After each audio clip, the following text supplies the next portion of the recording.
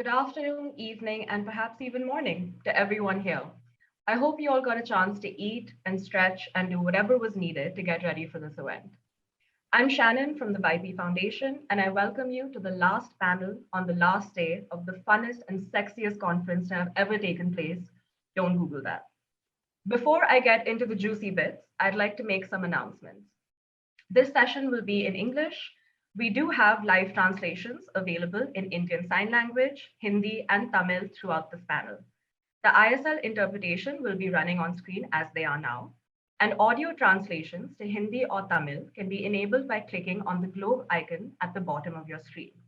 You would have also seen a Q&A icon on the bottom bar. Please use that function to drop in any and all questions you have, and they will be addressed by our moderator during the Q&A segment towards the end of the panel. Something we keep stressing on is that this conference is a safe space. It's a space to have open conversation, to reflect, and to learn together. We hope to keep it this way by encouraging everyone to be respectful of each other's opinions, even in disagreement. And finally, we do not tolerate sexual harassment, hateful language, or slurs regarding gender, caste, or any other identity markers. In case of any complaints or concerns around safety, you can reach out to the YP Foundation's Committee Against Sexual Harassment or the Conference Safeguarding Committee. Please refer to the chats for the relevant contact information. You can also head to lsdindia.com for a list of helplines and resources. Now that we've all settled in and gotten comfortable, it is with utmost pleasure and borderline ecstasy that I welcome you to today's panel, Digital Recipes for Pleasure Positive Spaces, How to Make an Online Platform for Young People. Now, we've all witnessed the rapid adoption and increasing need for digital technologies, especially as drivers of sociocultural change. And when it comes to talking about love, sex, and desire, many of us have sought refuge and even found liberation in online mediums, especially as safe spaces to explore questions that mainstream channels aren't willing or even equipped to answer. But even online spaces can end up replicating normative and prescriptive structures, which is why it's all the more important to step out of the fold and really think about who we're trying to reach. How do we reach them? What do they want to know? And most importantly, how can we create an environment for them to exercise their agency and choice in an informed and safe way? This is where we tap into the transformative power of pleasure and what it means to create digital spaces through a pleasure-based and pleasurable lens. And who better to tell you all of this than our panelists, who have put these principles into action. Today, we are joined by June Lo, Neysara, Vijeta Kumar, and Paromita Vohra. I would like to start by introducing our first panelist, June Lo, who is an award-winning rights-based sexuality educator from Malaysia. She is the creator of Malaysia's first comprehensive sex education web show called Popek Popek, which is a prime example of the creative and impactful approaches she adopts to make sex ed more relatable and accessible to us all. Next, we have Neysara, a human rights activist, the founder of Transgender India, and our second panelist today. She champions the use of knowledge and information as tools of empowerment and liberation, as is evidenced by her venture Transgender India, which is an online platform she's created to help people navigate the complex journey of transitioning and gender nonconformity in India. Our third panelist is Vijeta Kumar, a writer and teacher currently teaching English and journalism at St. Joseph's College in Bangalore. She believes in the transformative and revolutionary power of writing, a belief she carries through her work as the curator of the Rohit Vemula archive on opendosa.in, an ever-growing library featuring the works of Dalit, Bahujan, and Adivasi students. I would like to thank all of our panelists for taking the time out to join us today, and I cannot wait to hear what unshakable transformative wisdom you'll be dropping today. And finally, I will introduce a woman who needs no introduction, without whom this panel would be incomplete and this conference impossible, our moderator, Paromita Vohra. Paromita is an award-winning documentary filmmaker, writer, dedicated Antakshari player, and the founder and creative director of Agents of Ishq. Her work has completely changed the way that sex, love, and desire are discussed in India, creating a new language and aesthetic to talk about sexuality rooted in an Indian context. Okay, I feel like you've heard me talk for long enough now, and that is unfortunately for me not why you've come today. So I'll be handing over the reins to our moderator now. Over to you, Paromita.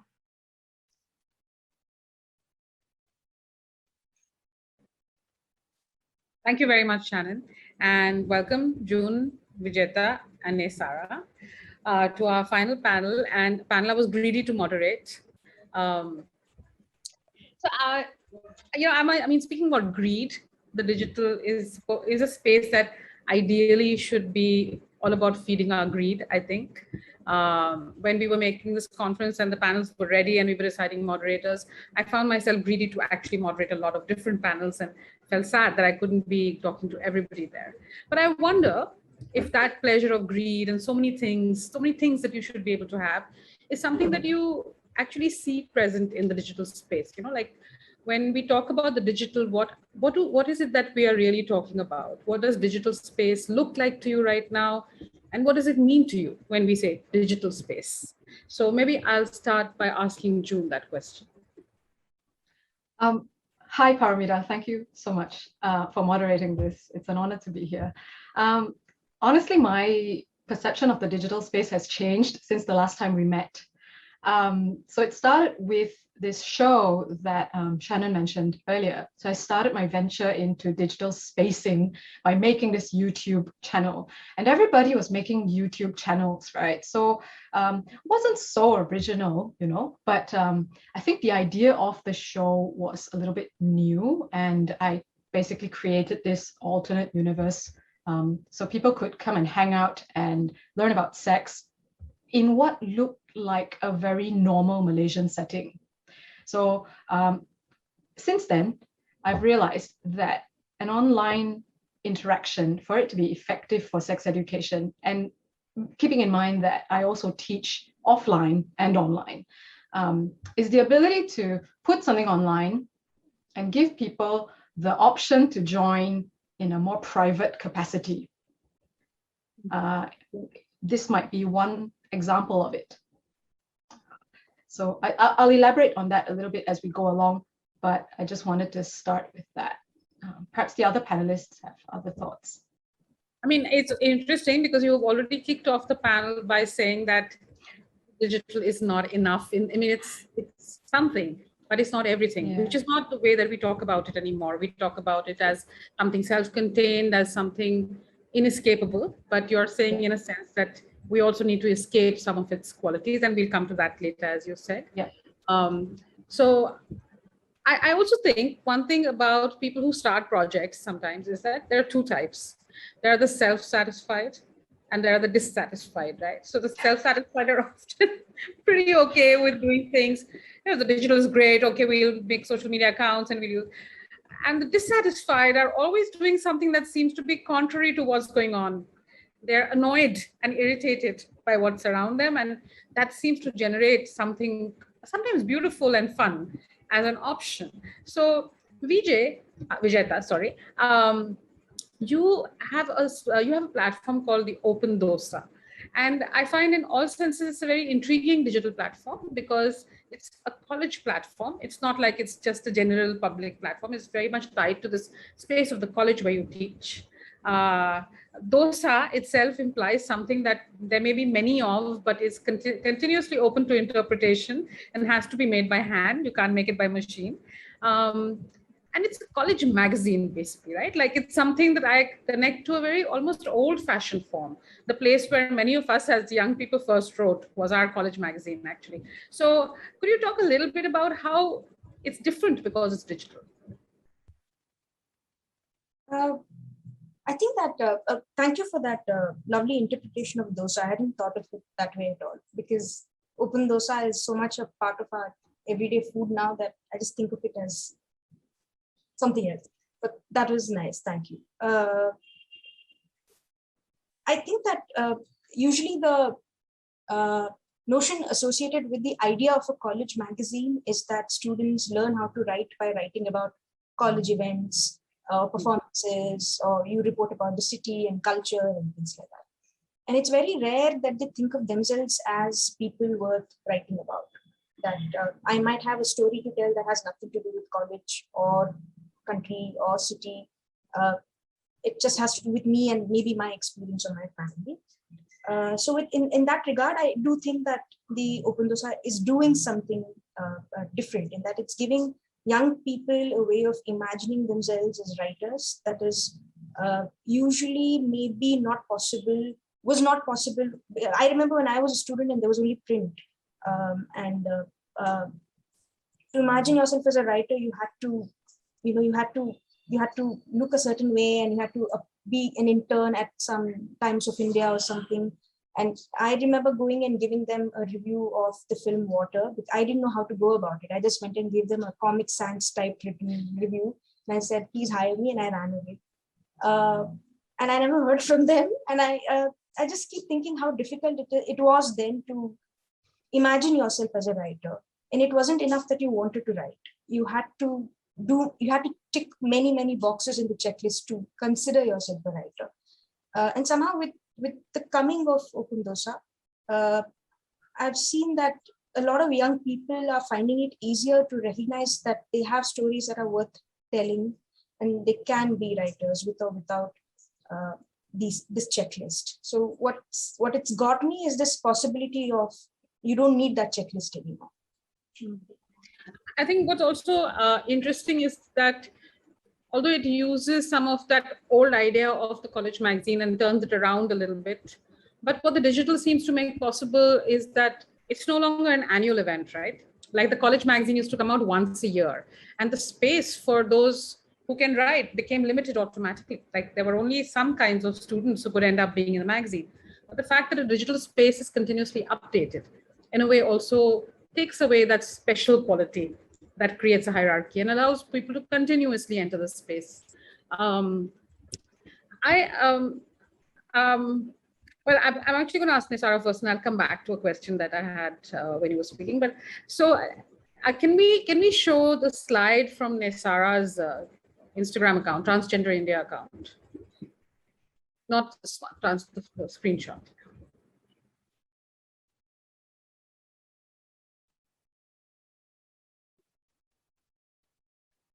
So this is the Transgender India Instagram account. And I wanted to ask you, Neysara, that when you were, I mean, we can remove the slide, that when you started this Instagram, the Instagram account is relatively recent, but you had another digital space, already a website. Yeah. So what was the difference between having that website space? Why come onto Instagram? And what were you thinking about when you were shaping this aesthetic of the site? Yeah, Instagram is something I was very wary about initially before I got into Instagram, because I knew the dangers of social media as well. I do not see it as a completely safe space. It also has two sides to it. You determine how you navigate it. Yep. So for us as an organization, we saw ourselves digital outside of social media for a long time, because it doesn't mean that if you have to do good work, it's only through Instagram and Facebook. People did good work even before that. Yeah. So, and also like the constant monitoring the social media does, because it's well known how social media outs people when they do not want to out themselves, because social media does just shows all your profiles to everyone it thinks you're related. So even based on the proximity, if you've been just physically close in the room as someone else. So we were very apprehensive of using it before, but again, we also cannot escape the the phenomena that is social media. So we use it for marketing purpose to reach out to the people whom we want to offer our services to. That is transgender people in India. Basically, our services are solely directed towards transgender people themselves than the cis community, the allyship, ally community that we build. Sometimes we do make content for them as well, but that's very minimal. But yeah, so the social media is Instagram page is designed for more young people and people who also, because I think in Instagram it's also the attention span is so little compared to a specialized platform you come to, because there you have more time to do a in-depth research. You have a search button where you search, but I feel Instagram is like more like it feeds you what you think, what it thinks that you should watch, as opposed to you can search more. So it's also designed on a lower attention span of people, and also more languages and lower attention span, I would say. And to come to your previous question also, I see social media for trans people especially as having both uh, positives and negatives. It's a space that enables you, empowers you. uh, for a lot of for almost every trans person in India, even the basics of transition we learn is through Google. I often say this: the first entity or person, if you may call it, because now it can also speak to you, is Google. You Google, am I transgender? How is it being transgender in India? How do I know? So it is a place. That's how I learned about transgender, not through Google, but through television those days, in a very crass way. But Google helps us a lot. But in the same time, it also fetishizes us. It also spews hatred towards us, used for political campaigns against us. We are used as political pawns sometimes, because I sometimes often feel we are so little and still we become so much of a political tool. So especially I thank it to social media sometimes. So yeah, I see it as a place where you have to navigate carefully. And yeah, we are also at Transgender in India trying to navigate that as safely as we can. Yeah. I mean, I think you brought up some really interesting and important points about social media being a mixed space. And it's, it's not that people don't discuss that it's a mixed space today. I mean, people are always talking about how it's a place of hatred, it's a place of conformity. But at the same time, I do feel that there's an inevitability about it that people think there is. And well, if we want to reach people, we have to be on Instagram and we can't possibly be anywhere else, so on and so forth. But not only that Instagram feeds us or social media feeds us what it thinks we want or what it feels we should want and all of those things, but even as those who are creating material and are operating in the field of social media, it pushes us to do it in a certain way only, right? I mean, I think that, to my mind, as also somebody who works in a digital space, is the biggest conflict that we confront, that it tells you to do things in 20 seconds, in a certain kind of box, in a certain kind of manner. You must do video. You can't have a multiplicity of languages aesthetically in order to be present on social media and do well, whatever do well means, which is usually numerical, right? Like you must rack up a lot of numbers. That's the currency of social media.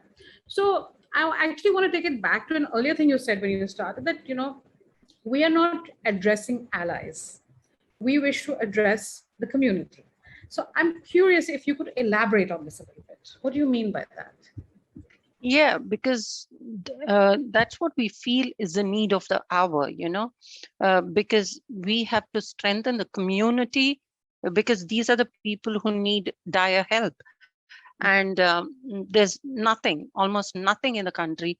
There are a few other trans organizations as well, but to a country as big as India, that's even if I can call it as a droplet in an ocean. Yeah. So most of the awareness that we see around transgender people, it is about um, establishing legitimacy of being trans. Okay, we can be a doctor, the first doctor, trans doctor, but what about the second, third, fourth? They also because it's not our goal to make, because these kind of tokenistic representation, I think it is directed towards this mostly cis community, that to establish our legitimacy that we exist and we can so-called, be mainstreamed. So yeah, so that's the kind of awareness that I saw happening a lot about being tokenistic representations, that is the content is created towards the cis community. But as in the gender transition itself is such a complex and dangerous procedure in India, not just for the medical aspect of it, because when I came out to my family in 2006, the first thing as was I lost my job immediately. The second thing is my family was so ashamed of me, they wanted to have me killed. Then the third thing, do I go to a police? When I go to the police, police says that tum theek ban jao, sab theek ho jayega. You behave like a man, everything will be fine. No one would want to harm you. So we live in a structural system that is not made for trans people. Then these are the immediate challenges. But after that, when I transitioned, who am I? Am I even Indian?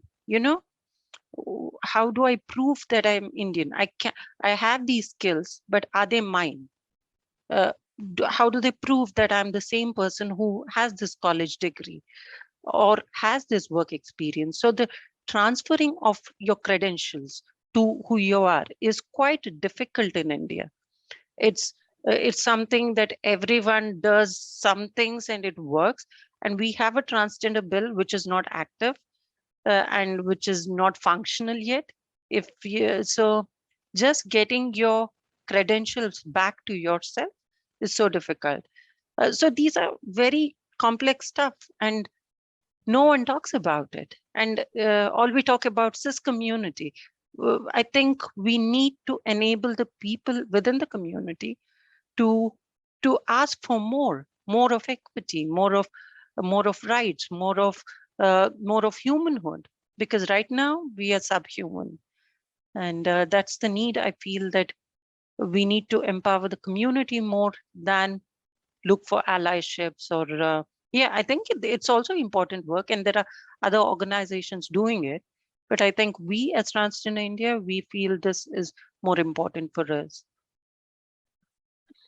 I think, I found it fascinating when you said this for a number of reasons, because I think that many of the political topic issues you touch upon are also intertwined with the numerical imperative of social media, that it wants us to all the time preach to a majority in order to seem successful, right? And yes, that a lot of it translates into a political language where a kind of false allyship can get created online, where there's a scolding and I'm chastised and I will behave well. It's a very disciplinary kind of regime, as opposed to what you're saying, which is we are speaking to our own community and we're interested in that. And I have to say that in a strange way, because that's what you are doing. It's actually, I found it very open, like an open dosa, a space that it's easy for many different people to enter and learn from without taking center stage. Like for the ally, it's a space they can come in, they can learn from it, but they are not a factor in it. So in a sense, they are learning from it without being important to it. And that I think was it's a very tremendous use of many different things. And I'm going to go in the anti-clockwise direction, and what's anti-clockwise in my screen, and ask Vijayda to actually talk about this a little bit more, because on Open Dosa too, there is a kind of way in which people are not, you have something called the Rohit Vemula archive over there. And yet it is also not seeming to be addressing the ally, so to speak, right? Like it's doing a completely different thing. And even the stuff that other young students are writing, which is not in the archive section, also does not seem to be addressing any adults or any other youth allies, so to speak. It seems to be only addressing itself. Could you talk a little bit more about this? In 2019, we thought of starting this archive. I mean, both Open Dosa and the Rohit Vemula archive are the brainchildren of Professor Arumani, who's our HOD in the department. Basically, idea for Rohit Vemula Archive came from the fact that there were a lot of Dalit Bahujan students in the classroom, and they were producing such brilliant writing. And very often it wasn't all about caste.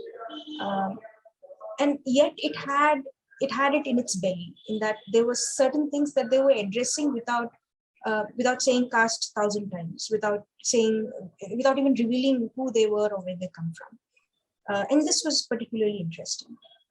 But the girl who made it possible for us to start Rohit Vemula Archive was a young nun who studied with us.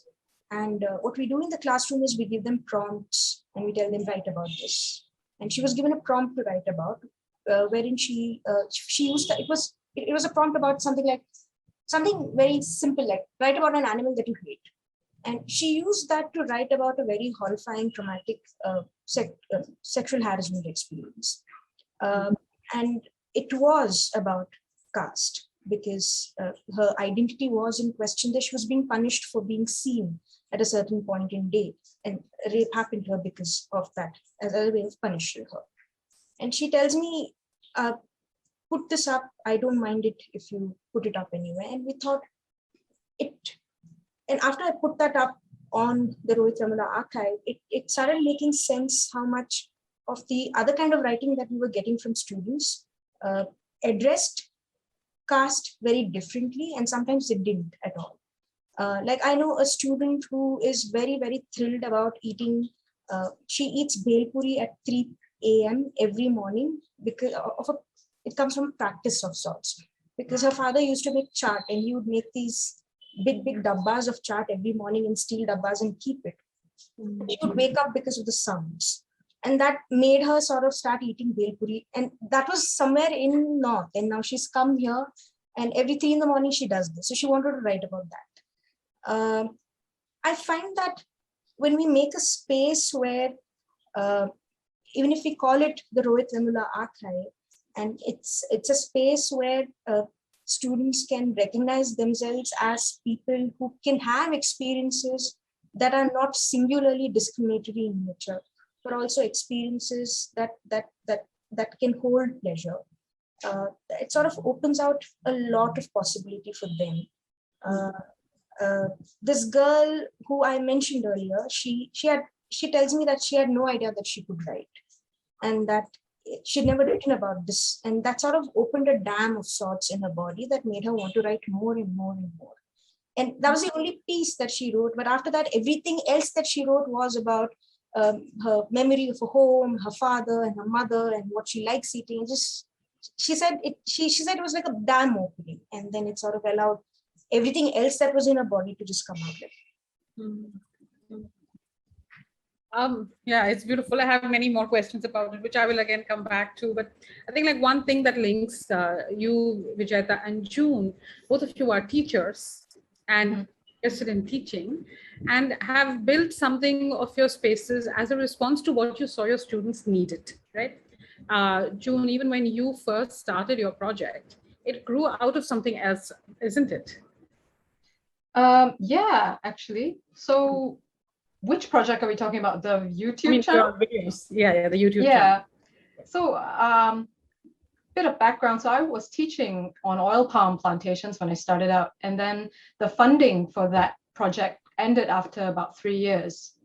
And I thought this audience was very unique. I mean, we toured the peninsula, all over the country in Malaysia, meeting all these people. So I had a very unique experience training to be a sex educator, meeting these people. And these kids were so different from the kids in the cities.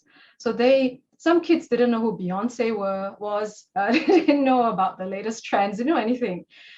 So I realized very early that we needed to adapt accordingly. But the catalyst was really when the funding ran out for that project.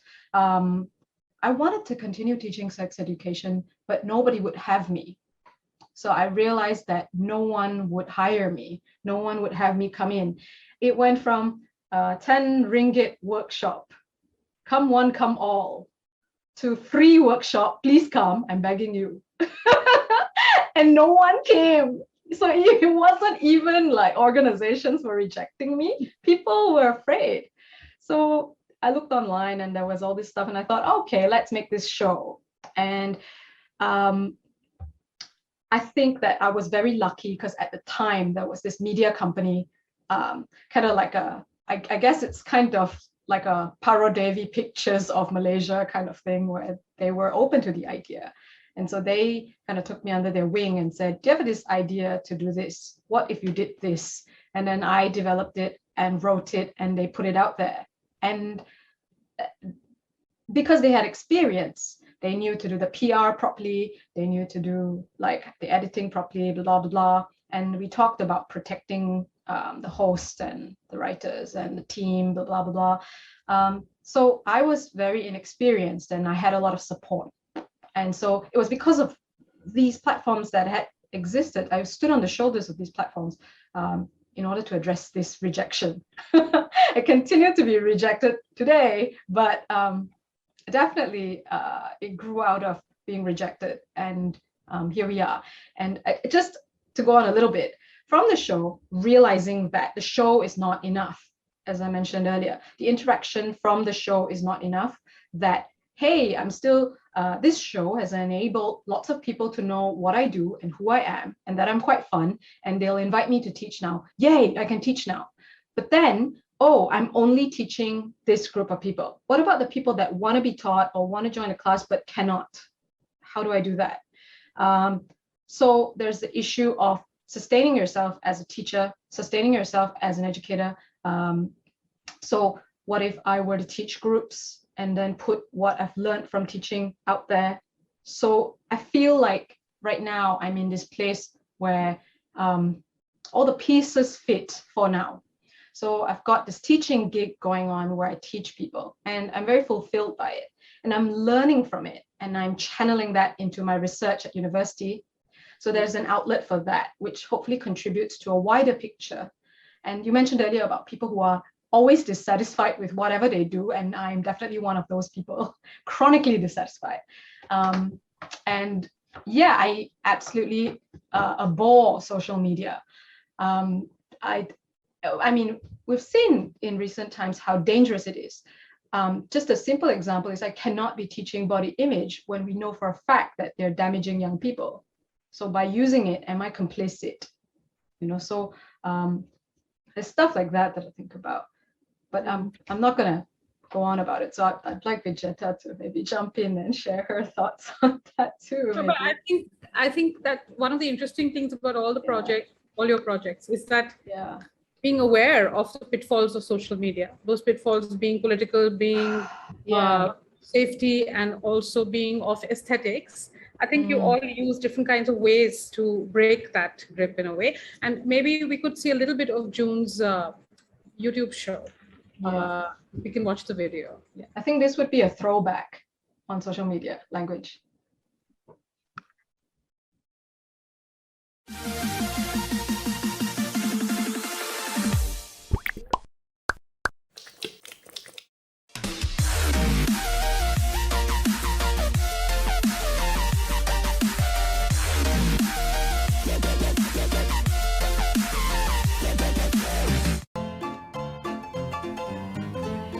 Ada soalan mengenai seks tapi tak tahu nak tanya siapa? Tinggalkan komen dan kami akan jawab. Jangan lupa, ikuti Popek-Popek supaya kamu tahu bila ada episod baru.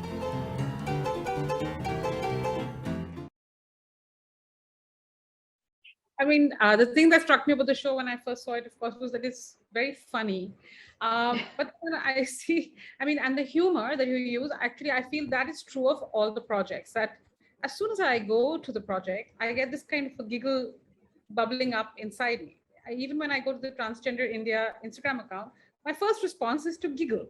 And when you go to the Open Dosa site, can we see the image from the Open Dosa site? There's a section on the website called Glossary. So I thought maybe it is about like some kind of transparent writing, but Glossary is the way that people in Bangalore say glossary. We can remove the slide, thanks. So the idea that all of you use humor in a certain particular way. It's not just using humor, but it's a very particular kind of humor. Could you talk a little bit about the way that you guys use humor in your digital projects? Maybe Neysara? Yeah, for me, it was, I wanted to try this out because usually whenever anything trans related was discussed on media, it was usually about trauma and it was about violence, and it had a very dark, connotation to it. It was like, okay, don't do this. This is harmful, Why would you want to do this to yourself? Such kind of notion, because that is the reality. So, and also humor is often used uh, as a way to perpetrate violence on trans people. Every time throughout our childhood, we've been been made fun about, we've been joked about. So even in our school life, uh, so it was, even when I brought it up to some people that I want to make humor around this, it was like, oh, that's a risky project, you can you can cross some lines. But then as long as you you use humor, but also keep the sensitivities um of not crossing a certain line, is that's important, I feel. And also the thing is, don't laugh at us, but laugh with us, so that is. And also I think it is, even for people, it's nice to watch, because otherwise it gets really boring, especially these legal things that we talk about. It is important that this is communicated to people, but people can also, yeah, it is a bit of a sugar coating on it, I feel. But I also sometimes I also feel guilty to be auntie, because for me auntie is me, because we have this PG auntie in. So Neysara is something that I find difficult to be, because I know it's me, and the world takes everything that comes out of Neysara's mouth in that show quite seriously. But auntie is a place for me to be just the crazy me, that the inside me that I have, where I can be more more funny and be more creative. So I like auntie, and I like the way yeah, she also learns. She is not aware of a lot of things, but at the end of each show she learns something. That's important for me. I And think that, yeah, sorry, I didn't mean to yeah, interrupt. please go ahead.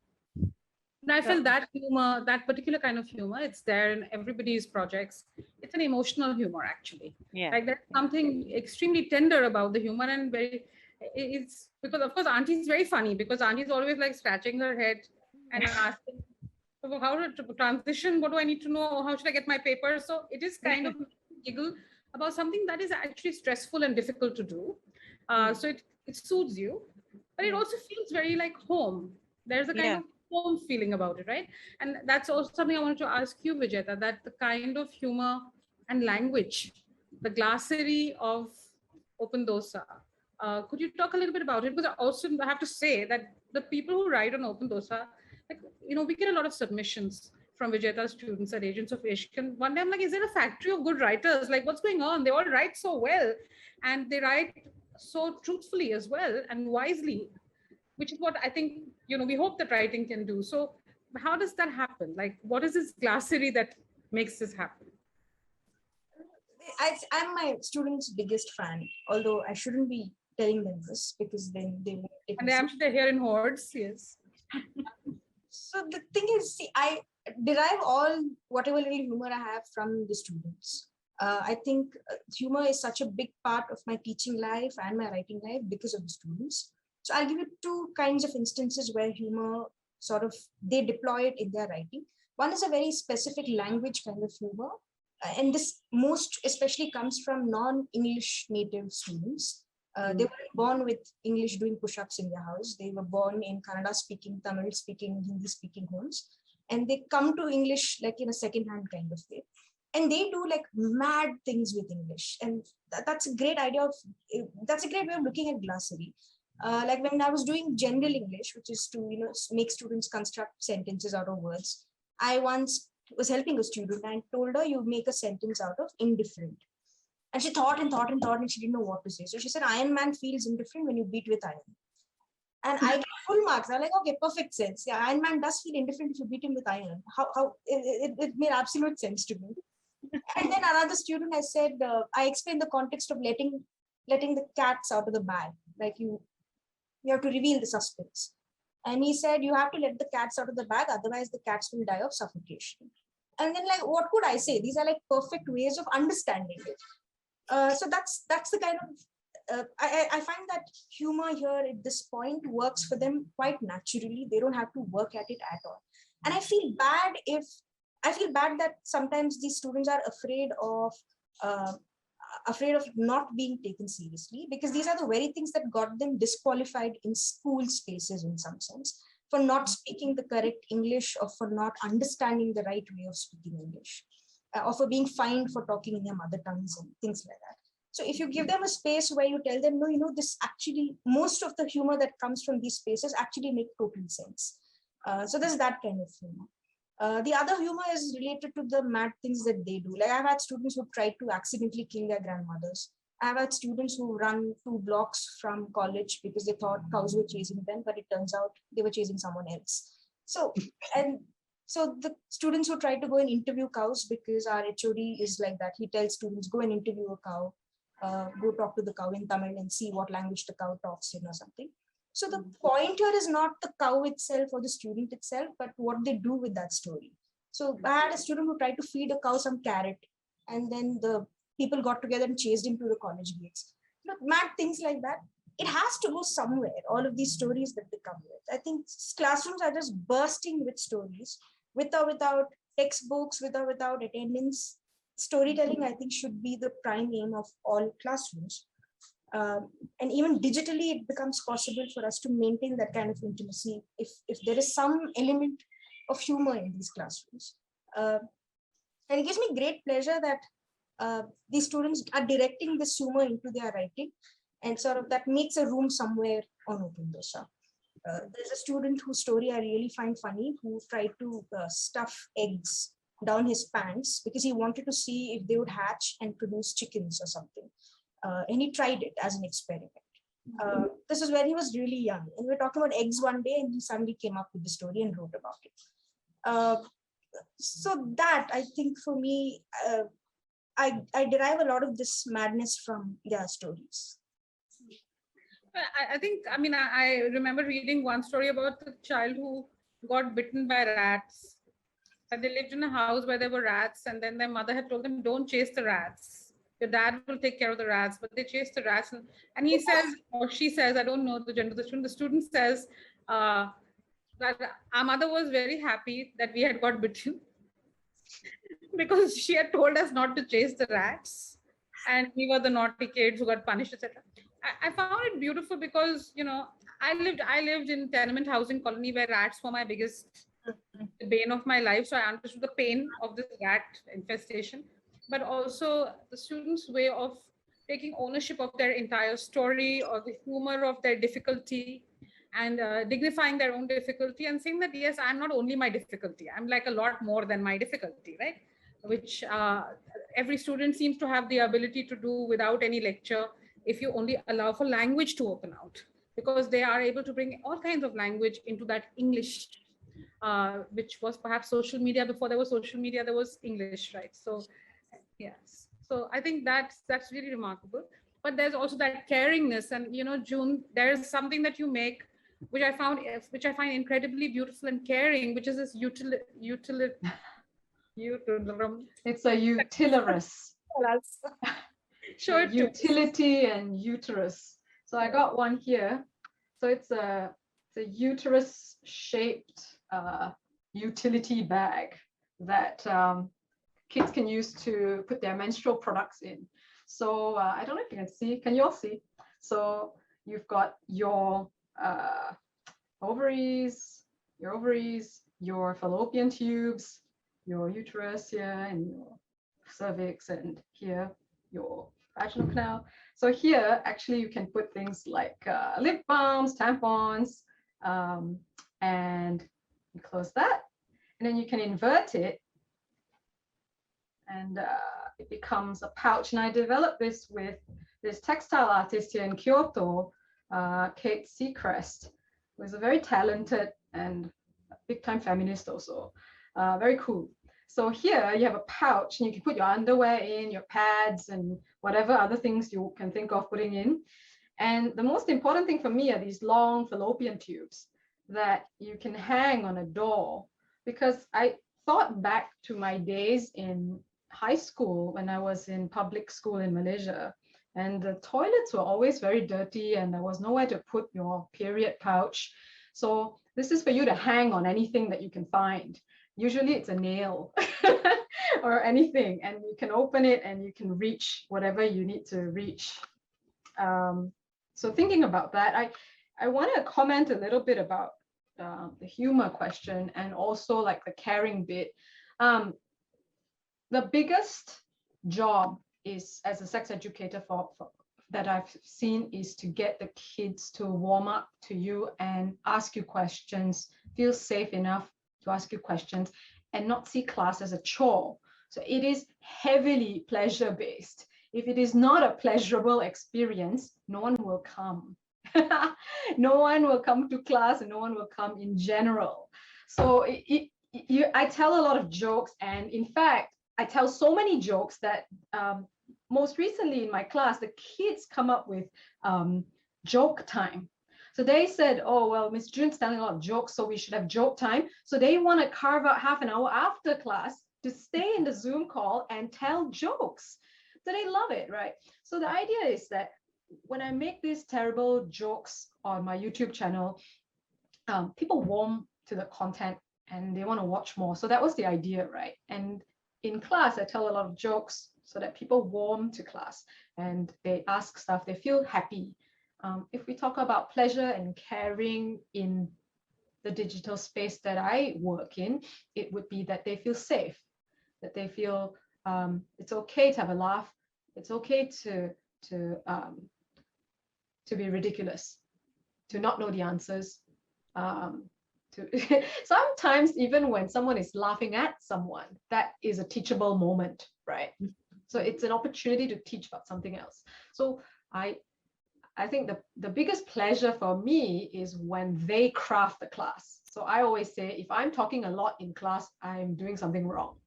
I love it when they take charge, because we know that the best stuff is made by them for them, right? So I try not to dictate the class as much. I tell a few dumb jokes and then I let them take over.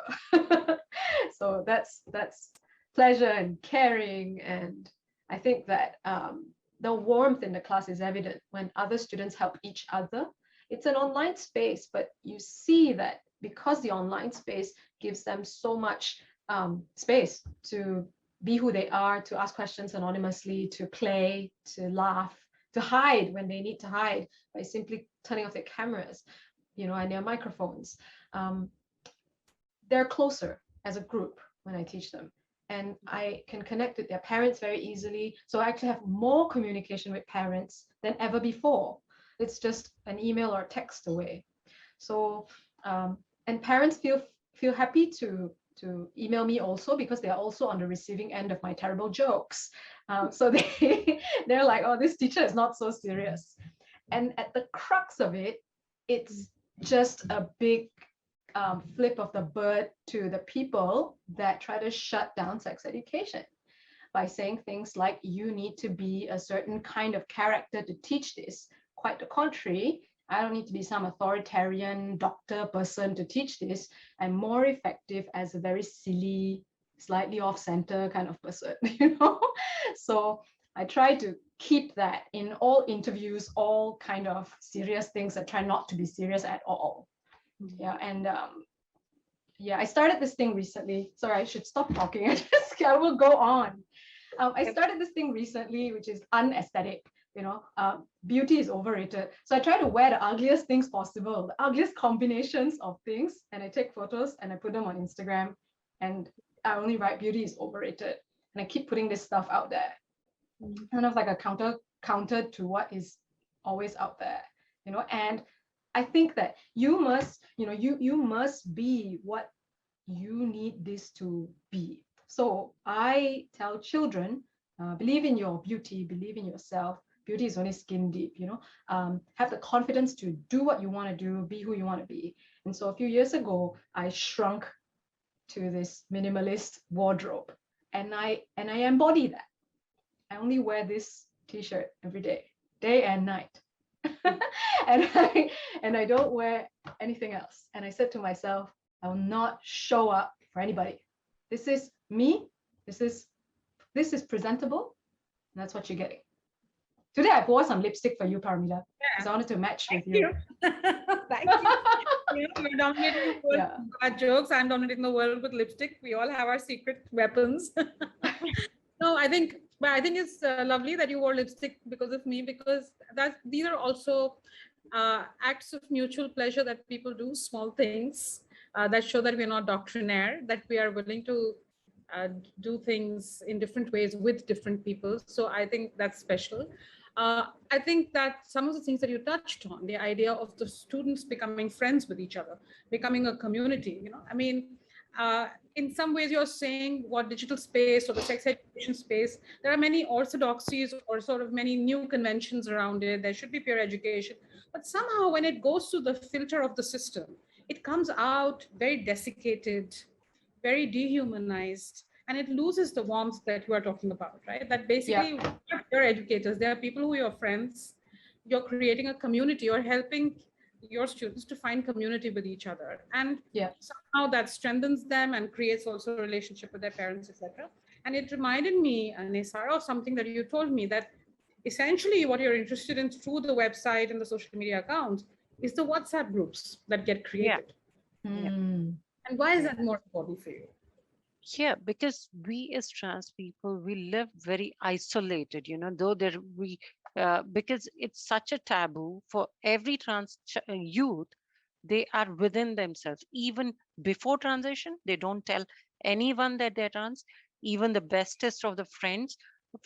Years after they know, it takes years for a person to even word it out to someone.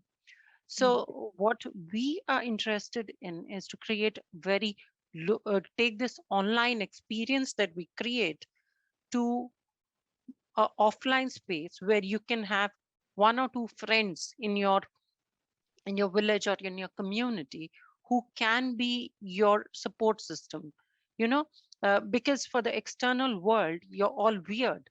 But when you come together, you just are normal for each other.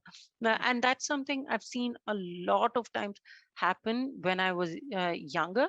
When I spoke to people who were like me, I felt more connected, because we are not the other anymore. We are just same. And uh, so what we do is in Transgender India, we also connect from YouTube and Instagram and wherever the more of a conversion funnel we have. We get people and they usually come to our own platform, that is Transgender India Talk, where usually people ask questions about their life, their transition, their personal situations. So over the time, this discussion forum has become a knowledge hub, where people can just use the search button to search almost every questions that a trans person may have in their head, like how to's, why to's, where to's, anything.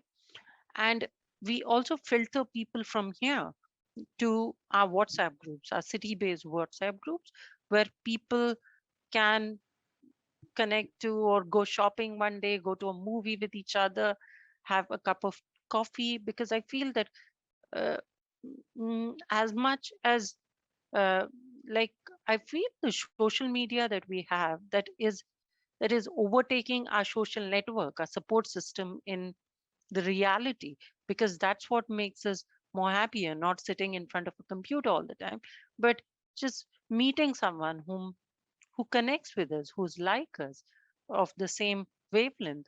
So our main focus is to take this social media experience also offline, where people are not on Instagram or on Facebook. So that is much stronger emancipation, I feel. Yeah. For some of the people who are listening and might wonder that, I don't know if you thought this when you came in, that are we going to get a great formula for a trending account? And now, why are these people discussing jokes, minimalism, lipstick, WhatsApp groups? What's going on here? I think like what's powerful about the discussion that we're having is that whether it's school, whether it's education, whether it's English, and whether it's the digital space, we're told that we can use it in one way only to become successful. We have to somehow learn that language. But in learning that language, we sometimes have to silence so many of our own languages and so many aspects of ourselves. And in a way, I think that Neysara, June, and Vijay are actually sharing these remarkable experiences where when you switch on all parts of yourself, you actually make something very different. And that's the only way to game the system, right? The system which is trying to make you conform and become something else. The only way to game it and make something new is through these acts of pleasure. And that pleasure means humor, it means emotion, it means expression. It also means sex, but it doesn't only mean sex. And sometimes for some people, it means Shah Rukh Khan.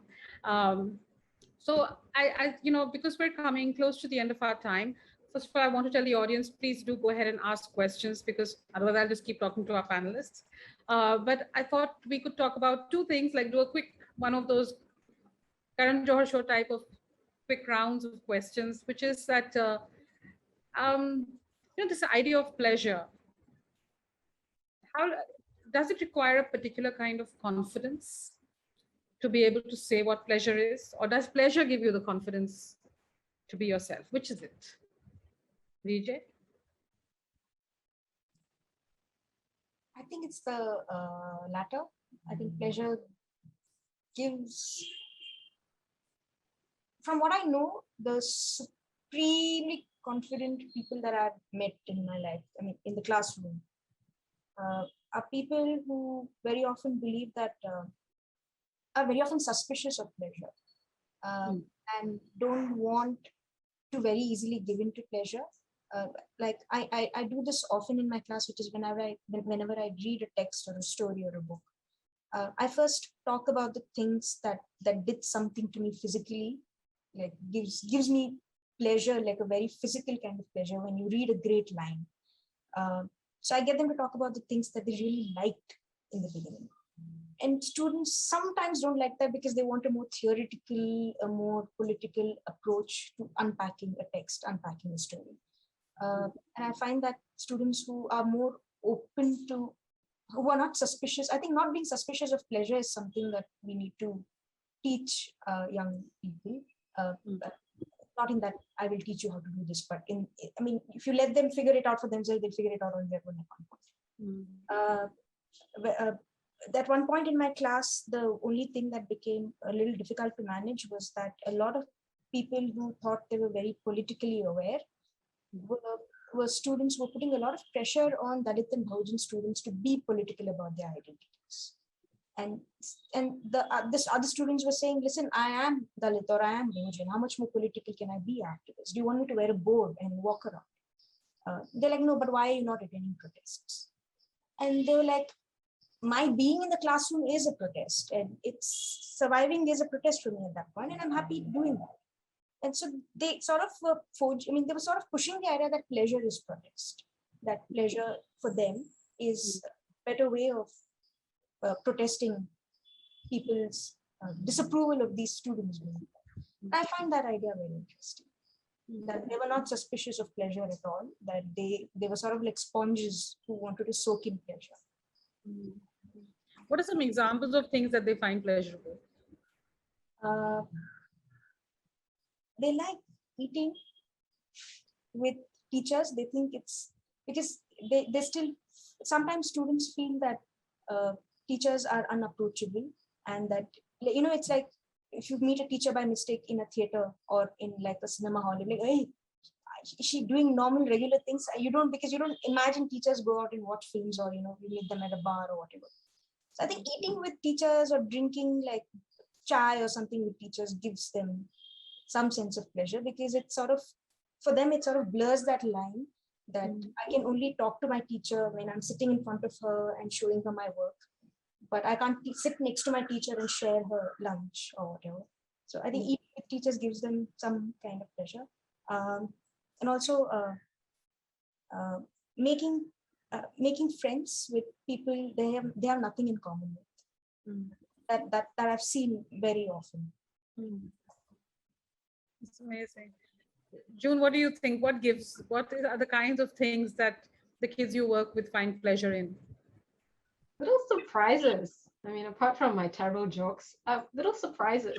Sometimes they get a little gift sent in the post, addressed to a Mr. So-and-so, and it's unexpected. We're talking about people that are transitioning from being children to young adults. To give them that confidence, we must exemplify what we're teaching them. Surprised when the parents understand what they're going through and know what to ask them about what they've just learned about, because I facilitated this network between parent, child, and myself. Surprised when life in school becomes a little bit easier. For example, if there's bullying on the school front and it gets brought up in class, that some third party can somehow help them feel a lot better or resolve the issue. Little pockets of surprises that somebody in class has the same issue with BO or a penis being a little bit wonky. Little surprises. I think when we talk about pleasure, like the foundation of growing and being a young person should be play. Really play. Please play. Please don't take it so seriously. Everything that I think about puberty, I've experienced many rounds of puberty with so many students, and if they just didn't take it so seriously, we could teach them a lot more effectively. So, I think pleasure is being, like I said, the jokes, embarrassing themselves, little surprises. So many examples. I don't know the answer to the question you asked initially, which was whether pleasure gives you confidence or you need confidence to experience pleasure. I don't have enough data to give an answer to that. But I think it's a bit of both. So sometimes you need a pleasurable person to inspire pleasure. Sometimes a lot of people don't come with that confidence because I think that people are afraid to have fun, like Vijeta mentioned earlier. People are afraid. And you absolutely need to not take yourself so seriously if you are to learn anything. I think that you're right, that it's like a bit of both, that it's cyclical, you become confident. But I was also thinking about the way we often connect with friends, right? Like, oh my God, we like the same thing. Or if I see the way that my young niece and her friends are currently all the time connecting only on the basis of extreme adoration of Korean pop stars. And that seems to fuel their conversations for the whole day. And I remember being that way myself. So on one hand, there's that, and then you make a friend, so you become more confident. Like that pleasure and sharing leads to things.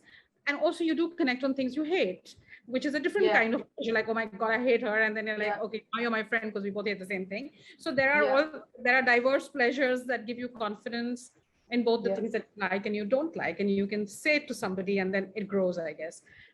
What do you feel, Neysara? Do you get confidence from pleasure or pleasure from confidence? I think it's a bit of both. It's, as you said, cyclical. I need confidence and trust to be able to enjoy the pleasure. And also, I think the pleasure makes me explore more of, get more confident, I'm in a safe space. And so I think it's cyclical. It feeds on itself. So I think it's cyclical.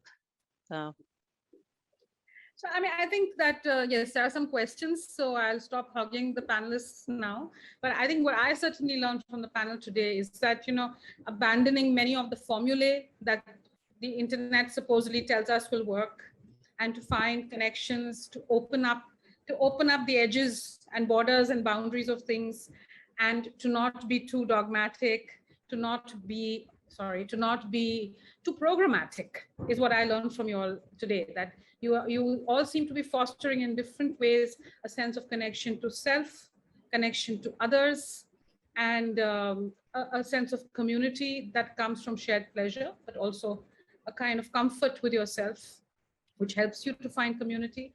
So I think it echoes something that a panelist said yesterday, that we run a helpline, but it's not about information. It's about helping people to have coping skills to live their lives. And in a sense, that is what education or anything is, perhaps. But a question from Shashwat to Vijeta's point about sharing food and relating with teachers as a source of pleasure for students. Does that pleasure perhaps emerge from a dismantling of inherited power structures? And could one extend that as the learning for safe, pleasurable online spaces? I think in the online space now, it's become a little more complicated because we've been teaching online for a year and a half. It's become complicated to have food with students online. But I think as June pointed out earlier in the session, which is a very remarkable point about how students can hide if they want to online, which is something that they need to be given an option to do every now and then. Especially if we don't know under what circumstances they are online. Some of my students come from homes where they share a hall with like 5 family members, and the 5 different things are happening in the background, and they can't unmute and speak every time in the classroom. 100 things are going on in a student's lives, and we have no way of finding out what's happening. There are students who needed the classroom space for them to be someone else in the classroom. And now that they're online and at home constantly, they can't be that someone else. Yeah. So I find that getting them, sharing films with them is another way of opening out this conversation, like sharing songs, sharing films. I think, yes, what you pointed out about bringing down an inherited structure of how power works. Me as a person of authority in the classroom who can hold attendance over their heads, it sort of subverts when we also step outside the classroom and play with each other. And when I say play, I use it in a very free kind of sense, teasing each other, figuring out what they like doing after college, after campuses, things like that. Something that I forgot to mention earlier was that the Rohit Vemula archive, the other point of beginning that was also that Rohit Vemula wanted to be a science writer more than anything else. And I find that it's very important to remind students often that that there are Dalit, Bahujan, and Adivasi students who sometimes don't want to be revolutionaries, that they just want to write, or they just want to go watch films or go and just chill and have a good time. And is there space in our country to allow Dalit children and Bahujan children that same kind of luxury that maybe other children do, where this option of not being revolutionaries or politically people, but just going and watching a film and then things like that. Having to account for yourself all the time. Yeah. Anonymous question. Being content creators and educators, what do all the panelists think about content and or trigger warnings?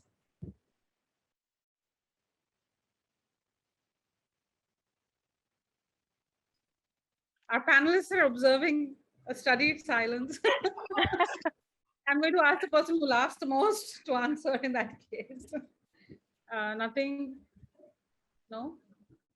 I think it's important that we use trigger warnings, especially in if you're making videos. We do that in our videos because I think it helps to keep the space pleasurable. Because when it makes people trust your space because they know that you will tell them before you make them feel uncomfortable. It's just having an injection. I always go, warm me before you do the injection. So it's just like that. So I think it's very important we use trigger warnings. That's interesting. It's a really nice way of putting it. Vijeta? I have very little faith in trigger warnings. I'm sorry to You have say. little faith. Yes.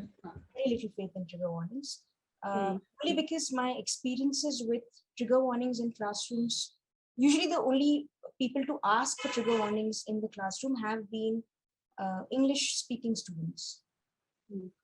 So for me, that's a very very specific category that's asking for trigger warnings. And they're asking for trigger warnings about stories on caste violence, which then becomes a big important question for me at this point. So that girl's story I told you about, the girl who wrote about an animal that I can't stand, which then later the piece was about a rape experience. We didn't give any trigger warnings for that piece because what will I give a trigger warning for? Like for rape, for caste violence, for this girl's trauma, for, I don't know, I was just confused. What will I say? Because people also very often in my classroom, the most vocal students, are not really caste aware enough to know that caste violence is also a kind of violence, that rape and harassment also come from contexts which produce caste. So they want to be very selective about what kind of trigger warnings they receive. They're okay with it if they're okay with it if caste violence is talked about openly without trigger warnings, but they want trigger warnings only for this. So I'm very interested in knowing, I'm not opposed to it structurally, but I want to know what it means when only a specific student with a certain caste location and English language skills is asking for trigger warnings. I mean, I think it's perhaps subject for a whole other conversation, but it's definitely a part of the digital space, which is very varied and I suppose random. So there would be many different ways of thinking about it, which, you know, we already see two panelists thinking differently. What do you feel, June? Paromita, I just want to tack on to what Vijeta was saying. Like, I'm not opposed to it. There's so many things to warn, you know, especially when you teach sex education, when you're teaching so many topics, and like if you, especially when you acknowledge the value of open discussion, and discussions can lead everywhere. What I do is to create a safety blanket before we do anything. So every session, every class, students know that if they feel uncomfortable, they're free to leave, they're free to shut down, they're free to tell me afterwards, and they often do. They're free to ask for time after class, which they often do. So all the warnings, I feel like warnings are valuable for a lot of people. I have spoken to rape survivors who said that, you know, everybody needs to warn me, otherwise I really cannot handle it. But at the same time, even with a warning, is the warning strong enough? Did I warn you enough, sufficient warning for what you were about to experience? And if I did not, and you still had an adverse reaction to it, there's still the issue of protecting you afterwards or supporting you afterwards. So why not provide that blanket channel of support from the outset so that anything that could be an issue can be addressed? So I think I spent a lot of time before we even reach these quote unquote more sensitive topics. I think everything is a sensitive topic to someone. More difficult topics, establishing that trust and that relationship with the students. But in a open digital space like social media, this is perhaps a lot more difficult to do if we think about all those things.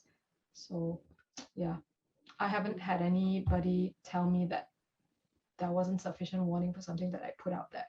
So I would say I too don't feel I have enough experience to, you know, say whether which warning works and which does not for content online. I mean, I guess what Yola is saying, I mean, I think like when Neysara says that it helps, like you're going to randomly encounter something online, and it helps to know beforehand that you might encounter something you find difficult.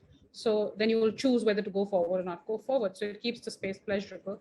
And I think Yola actually adding to that point by saying that if that's the only thing you do and the space never really alters in any way and doesn't accommodate diversity of experiences, then is the trigger warning enough? Does it become a kind of thing you just do without changing anything else? So I think like these are all important things for us to think around. So thank you to the person who brought up the question, and thank you to the panelists for the diversity of their perspectives. There is this imagination that only very privileged people use the internet. Do you think that's true? And are there different segments of online audience who have different needs or engage differently with content? How do you navigate that? And I'm going to link that to a question which says the last 2 years have seen a massive shift in the number of people and the way people use social media. Has this changed the way that you do your work, especially around sexuality and mental health? I think there is enough segmentation in internet, especially one thing that we do is publish content in our website. We publish content in 6 languages so that people can, especially the most important articles that we can do, but also we try to make content in a video format because not everyone can read, long complex sentences. So and incorporate humor in it also to account for the attention span people can have, because often sometimes, see, people like me within the trans community are an anomaly. I am probably 0.1% of the trans people who can speak English, who can read enough, but majority of trans people cannot. So I have to make content in a way that is accessible to everyone. So I think it is something definitely we should think about when we are creating content, how to make it as broad as possible to serve a broad spectrum of audience. So anybody else? Actually, I'll say something about that. So last year I did this project called, with a bit of funding from the Ingenuity Fund, called Reach Them Where They Are. And we looked at stats before we started the project. The stats showed that X amount of people in this age bracket are using the internet. So you design your intervention or your project based on that, right? But the censorship that came, no one could have foreseen, the shadow banning, etc., right? So even if you say, okay, are they really on the internet? Yes, maybe yes. Let's say make content for everybody, and you know who those people are, you know exactly who they are, and make for them. But you are still dealing with these invisible gatekeepers who may keep your content from them. And I also did a study last year about what do people really talk about on like online discussion forums. And pleasure, of course, is the number one thing talked about. How to get more pleasure out of sex. How do I put this online without it being censored? Almost everything that I do in response to these questions has been censored. So, are they using the internet? The stats tell us they are. If we know, let's make for them, but we're still contending with a lot of baddies out there. So I don't have the answer. No, but it's interesting because it links to 2 different questions. I'll ask the first one. Many of us are working on the ground on these issues, but don't have the skills to do digital work.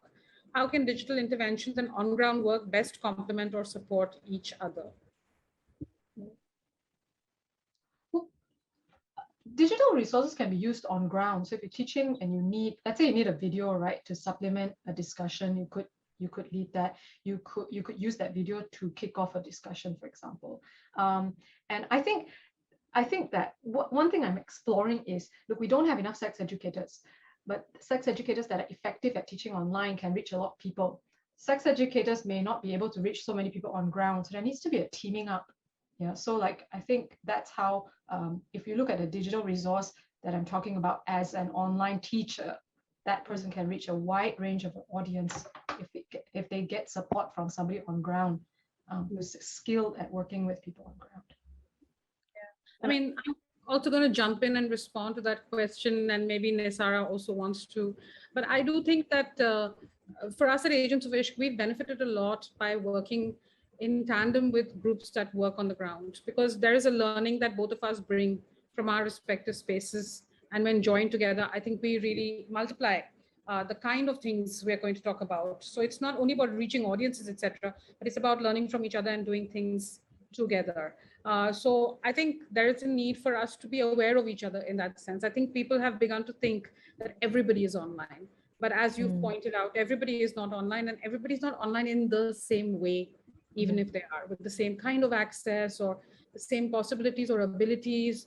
I mean, for example, TikTok was a very welcoming space for a diversity of identities, for rural identities, for trans identities. But Instagram is not always that welcoming. Instagram feels very English speaking to a lot of people, and it's not easy to enter it in that way, right? So I think that these are questions that those of us who are working online especially must ask, and those who love to think about the digital as a magic pill that will transform the world could bear in mind that the offline and online are intertwined.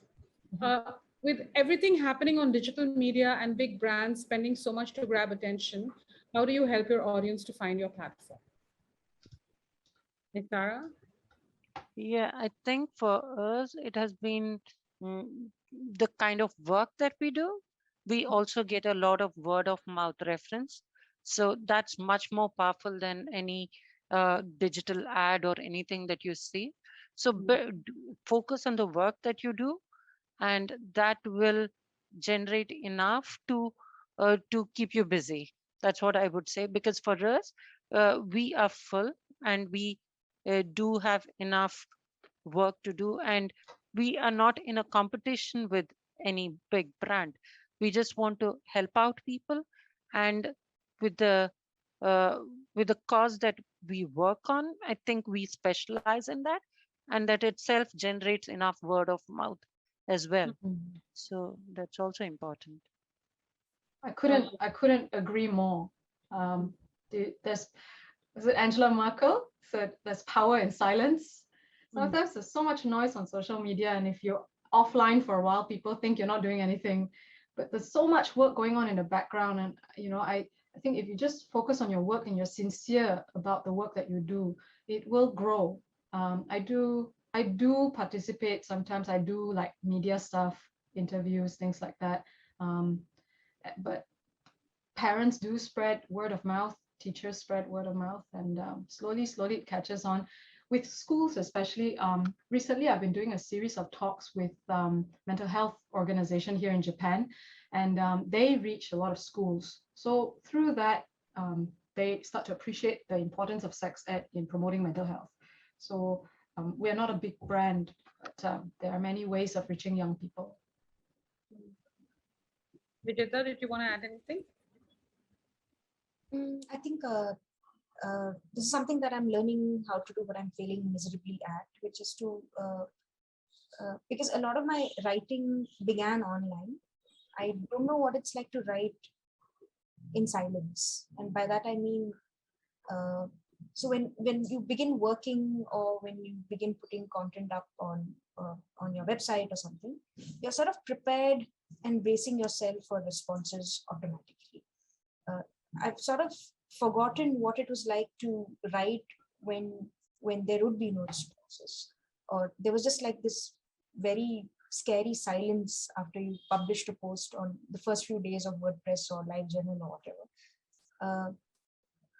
I think now and then the online and the ability of being online to remain offline when you want to opens up a nice sort of space in which you can welcome young people, not online, but decidedly offline, to sort of value that silence in some sense.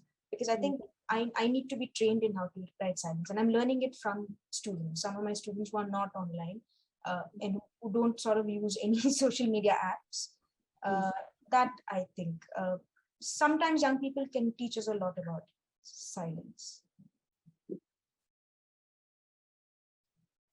I mean, I think that one thing that we've all learned from the panel is that, making spaces inclusive isn't about technology alone. It is actually about tone, voice, truth, connection, emotion, all of these other things, and the politics that lives inside all of that.